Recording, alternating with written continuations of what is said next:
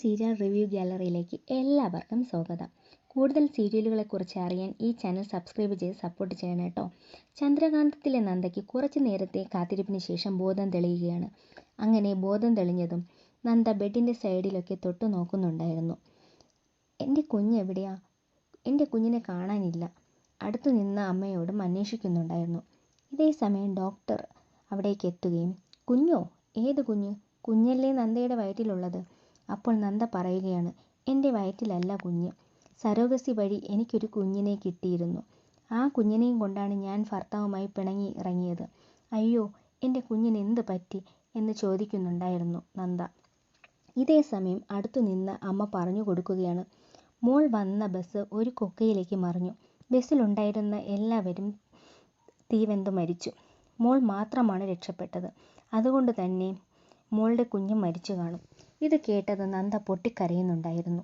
അങ്ങനെ നന്ദ കരഞ്ഞ് നിലവിളിക്കുന്ന ആ സമയത്ത് ഡോക്ടർ ഒരു സെഡേഷൻ കൊടുത്ത് നന്ദയെ മയക്കി കിടത്തിയിരുന്നു. ആ ഒരു വിഭ്രാന്തിയിൽ നിന്ന് മാറ്റിയെടുക്കുവാൻ വേണ്ടിയിട്ടാണ്.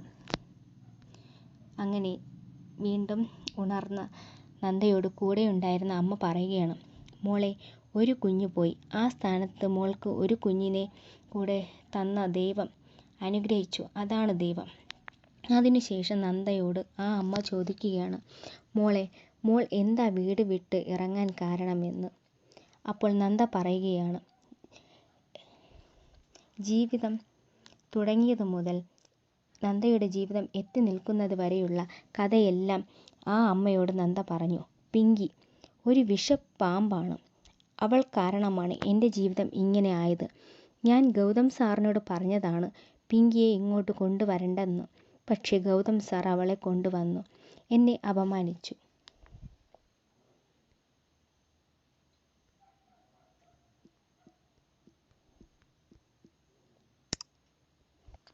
അപ്പോൾ എനിക്ക് തോന്നി, അവൾ ഇവിടേക്ക് വന്നാൽ എൻ്റെ കുഞ്ഞിന് എന്തെങ്കിലും പറ്റും എന്ന് പേടിയും ഭീതിയും കാരണമാണ് ഞാൻ ആ വീട് വിട്ടിറങ്ങിയത്.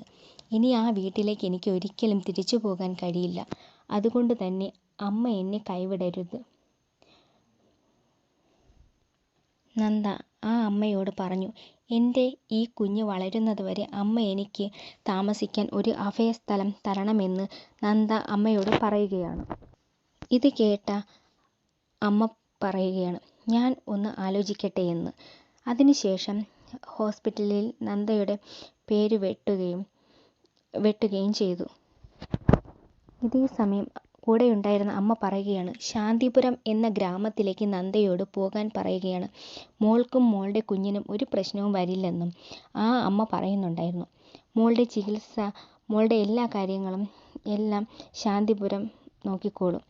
മോൾ ഒരു ഡോക്ടറാണെന്നല്ലേ പറഞ്ഞത്. മോളുടെ ചികിത്സ ശാന്തിപുരത്തിന് കൊടുക്കണമെന്നും അമ്മ പറയുന്നുണ്ടായിരുന്നു. ശാന്തിപുരത്തിൻ്റെ തണലിൽ മോളുടെ മോളും ജീവിച്ചു. മോൾക്ക് ദൈവം തരാൻ പോകുന്നത് ഒരു പെൺകുഞ്ഞിനെയാണ്. ഇത് കേട്ടത് നന്ദ, എനിക്ക് തരാൻ പോകുന്നത് പെൺകുഞ്ഞിനെയോ? അമ്മ എന്താ പറയുന്നത്? അപ്പോൾ അമ്മ പറഞ്ഞു, അതേ മോളെ, നിനക്ക് പിറക്കുന്നത് ഒരു പെൺകുഞ്ഞാണ്. അപ്പോൾ നന്ദ പറയുകയാണ്, അമ്മേ, എന്നാൽ ഒരു കാര്യം പറയാമോ? എനിക്ക് ജനിക്കാൻ പോകുന്ന കുഞ്ഞ് അമ്മേ, എനിക്കെങ്കിൽ ഒരു കാര്യം പറഞ്ഞു തരുമോ? എനിക്ക് ജനിക്കാൻ പോകുന്ന എൻ്റെ കുഞ്ഞിന് ഒരു പേര് അമ്മ ഇടുമോ? അപ്പോൾ ആ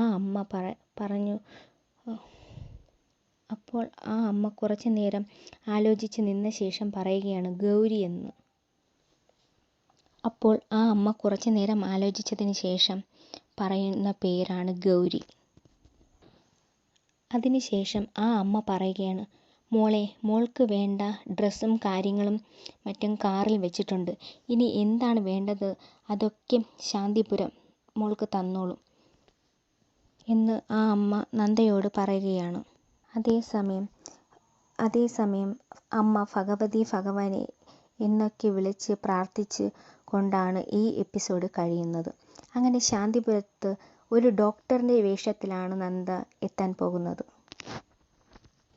അങ്ങനെ നന്ദ ഇനി ശാന്തിപുരത്തേക്ക് ഒരു ഡോക്ടറിൻ്റെ വേഷത്തിലാണ് അടുത്ത എപ്പിസോഡുകളിൽ എത്താൻ പോകുന്നത്.